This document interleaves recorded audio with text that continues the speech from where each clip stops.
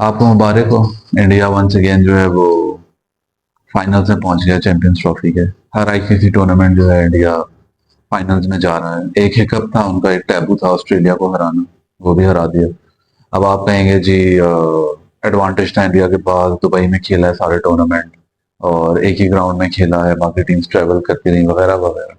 लेकिन इन दी एंड बात यही है कि India one and one with performance. No comments on India. उन पे तो मैं क्या ही कमेंट करूं। आप जैसे बता चुके हैं उनकी परफॉर्मेंस तो कमेंडेबल है। लेकिन आप ये देखें ना, अगर एडवांटेज दिया भी है तो हमारे बोर्ड ने ही दिया, पीसीबी ने उन्हें एडवांटेज दिए। आप ही ने एग्री किया, होस्ट आप थे। आपको चाहिए था कि आप अपने मुल्क में सारे मैचेस करवाएं, लेकिन नहीं, आप उनके प्रेशर में आए। आपने उन्हें कहा कि वो सारे मैचेस दुबई में खेलें और वो एडवांटेज आपने उन्हें गिफ्ट करके हाथों में दिया।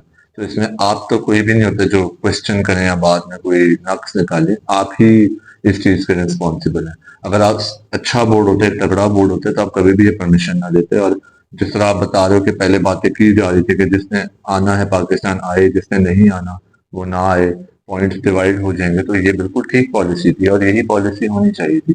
अब अगर वो फाइनल में पहुंच गए हैं, वो मेहनत कर रहे हैं, तो मेरा नहीं ख्याल कि हमें किसी को भी कोई क्वेश्चन करना चाहिए उनकी परफॉर्मेंस पे, क्योंकि उनकी परफॉर्मेंस जो है नो डाउट बहुत अच्छी रही।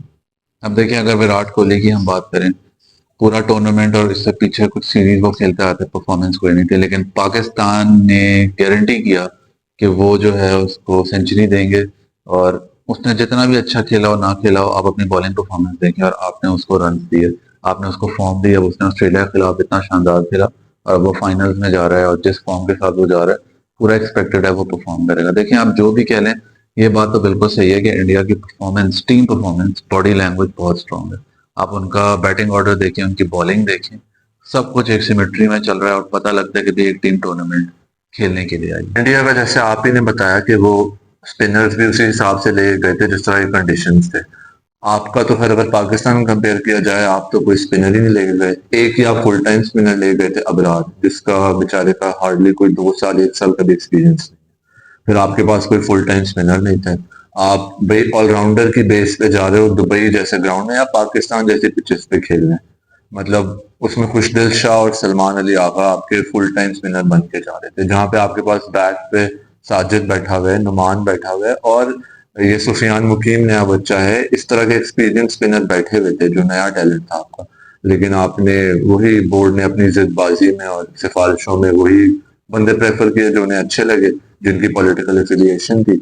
और टीम आपकी इतनी इम्बैलेंस हो गई इस वजह से, ना आपकी परफॉर्मेंस आ सकी और ना आप कंडीशंस को अडेप्ट कर सके। अब देखिए ना, जहाँ विराट कोहली को, मैं किंग तो नहीं कहूंगा बाबर आजम को, लेकिन बाबर आजम से कंपेयर किया जाता है, तो आप डिफरेंस ऑफ प्लेइंग स्टाइल देखें। जब कोहली अपनी पीक पे था उसने उसी लेवल का खेला जहां आजकल बाबर खेल रहा है। बाबर की परफॉर्मेंस गिरती जा रही है और कोहली ने वहीं पे जाके सारे रिकॉर्ड्स बनाए, सारे रन्स बनाए। And once the time came कि उसको रियलाइज हुआ कि जी अब मेरा वो टाइम है कि मैं फास्ट रन नहीं कर सकता या मैं छक्के चौके ज्यादा नहीं मार सकता जो कि वो अभी भी मार रहा है, तो उसने गेम स्टाइल अपना टोटली चेंज कर दिया। और अब वो क्या कर रहा है जी, अब वो चेज मास्टर एक तरह से बन गया है। वो ना सिर्फ खुद रन करे बल्कि वो साथ अपने खिलाड़ियों को खिलाता भी है। अब वो कोशिश करता है कि वो जिसके साथ भी खेल रहा है उसको साथ लेके चले, उसके भी रन बनवाए और इजी चेजेस करे। अब उसने ये टैक्टिक अपने एंड ऑफ द करियर में जो है वो अपना लिया। इसी तरह आप रोहित शर्मा को देखें, उसने वो जहां कहीं जो कुछ भी हो जाए उसने अपना प्लेइंग स्टाइल चेंज नहीं किया। वही पुल शॉट्स, वही हुक्स, वही उसकी लेग साइड की पावर शॉट्स, और वो उसी तरह खेल रहा है चाहे उसके रन आए ना आए। लेकिन फियर उसका जो है वो अभी तक जीरो है against any bowler, against any team. इसी तरह अब शुभम गिल जो है मर्ज हुआ है अपने यहाँ, और 2-3 खिलाड़ी आए हैं वो इस तरह से ग्रो करे, तो आप देखें इंडिया कैसे फ्लरिश करे अपनी परफॉर्मेंस के साथ। इंडिया के आप स्पिनर देखें ना, जो 5 स्पिनर उन्होंने रखे हैं, जैसे अक्षर पटेल है, जडेजा है, कुलदीप है। ये सारे एक्सपीरियंस स्पिनर है और ये 3 साल 4 साल का, जडेजा तो बहुत पहले से खेल रहा टीम में, तो ये बहुत ज्यादा एक्सपीरियंस्ड है। और उन्होंने उसी हिसाब से अपने बॉलर्स भी रखे जिस तरह की कंडीशन थी। तो उनको पता था कंडीशन का कि इस तरह की कंडीशन होगी और इतने दिन हम मैचेस खेलेंगे तो पिच और ज्यादा डिटोरिएट होगी और स्पिन फ्रेंडली होगी। तो हमने बॉलिंग भी उसी तरह रखनी है, ना कि पाकिस्तान की तरह कि आप अपने पेस बैटरी सो कॉल्ड जो आपकी किंग हैं, पता नहीं शाहीन साहब हैं आपकी चील, और पता नहीं हारिस रऊफ साहब हैं आपकी किंग, और नसीम शाह साहब हैं आपके पेसर, उन्हें आप ले भी गए जो आपने कंडीशन सही तरह पढ़ भी ना पाए। अब इंडिया तो पहुंच चुका है फाइनल में, और जो भी ओपोनेंट आ जाए मेरी नज़र में 90% चांस है कि इंडिया जो है उनको चित करेगा, क्योंकि इस ग्राउंड पे उनकी ग्रिप बन चुकी है, उनकी टीम इतने हाई मोराल के साथ फाइनल में पहुंची है, अनबीटेबल साइड होके आई है, तो इंडिया को हराना नामुमकिन है। अब आप इसमें यही चीज देखें ना, क्रिकेट कैसे ग्रो कर रही है, और अगर एक ही टीम हर साल फाइनल्स में आ रही है, नो मैटर कहीं ना कहीं उनको एडवांटेज है, हो जाता है, लेकिन उस एडवांटेज का मतलब ये नहीं कि वो सिर्फ एडवांटेजेस पे खेल रहे हैं, परफॉर्मेंस पे खेल रहे हैं, और वो ग्रो कर रही है टीम।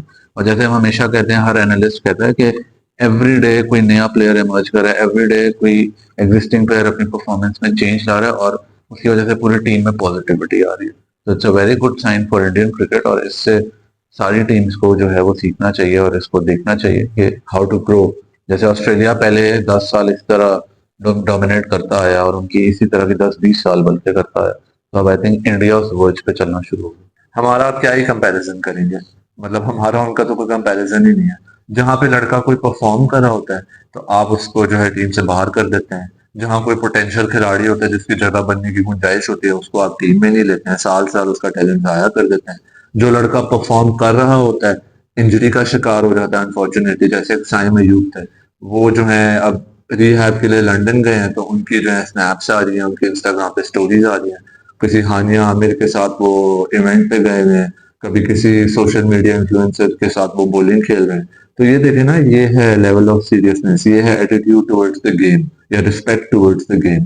फिर आप देखें ना, जहाँ पे एनालिस्ट कह रहे होते हैं कि भाई हमारी टीम स्ट्रांग लग रही है, जैसे हम पहले भी बात कर रहे थे कि साउथ अफ्रीका में जीत के आई है, व्हाइट वॉश करके आई है, ऑस्ट्रेलिया को हरा के आई है, एक बैलेंस टीम बन के आ रही है। और सारे एनालिस्ट हमारे दुनिया भर के इंडिया के बात कर रहे थे कि ये टीम उभरेगी और अच्छा खेल रही है। वो टीम आप 360 डिग्री बदल देते हैं। तो मतलब समझ से बाहर है। उसमें आप कोई किसी की पॉलिटिकल एफिलिएशन होती है, कोई मेरा ख्याल है बोर्ड की अना का मसला होता है, कोई किसी की जाती दोस्ती या दुश्मनी होती है, वो उसको टीम में रख लेते हैं। मतलब फहीम अशरफ और खुशदिल शाह की कोई जगह नहीं थी टीम में, आपने उन्हें टीम में डाल दिया, टीम का आपने सारा ऑर्डर बदल दिया। तो फिर ये टीम कैसे परफॉर्म करेगी टूर्नामेंट में, जो मतलब 5-6 मैचेस, 3-4 मैचेस आपने खेलने हैं और फिर आपकी कोई कॉम्बिनेशन नहीं बनेगी, और वो कॉम्बिनेशन तोड़ के आप नई कॉम्बिनेशन बना रहे हैं, तो फिर ये कैसे टीम परफॉर्म आप एक्सपेक्ट कर सकते हैं करेगी, टूर्नामेंट जीतेगी। फिर मतलब जो सबसे दुख वाली बात है कि टूर्नामेंट आपके मुल्क में था, फाइनल आपके मुल्क में होना चाहिए था, वो भी आपके मुल्क में नहीं हो रहा, वो अब दुबई में फाइनल हो रहा है जो इंडिया खेलेगा, और होपफुली इंडिया जीत भी जाएगा और जीतना भी चाहिए। तो ये चीजें तो आपके लिए, आपके मुल्क के लिए एक बदनामी का बाइस बन रही है ना, तो जरा क्रिकेट बोर्ड इस पे सोचे। Thank you for watching the video. Don't forget to like and subscribe our channel. और हाँ, जाने से पहले make sure you share this video with someone, as one conversation might change someone's life.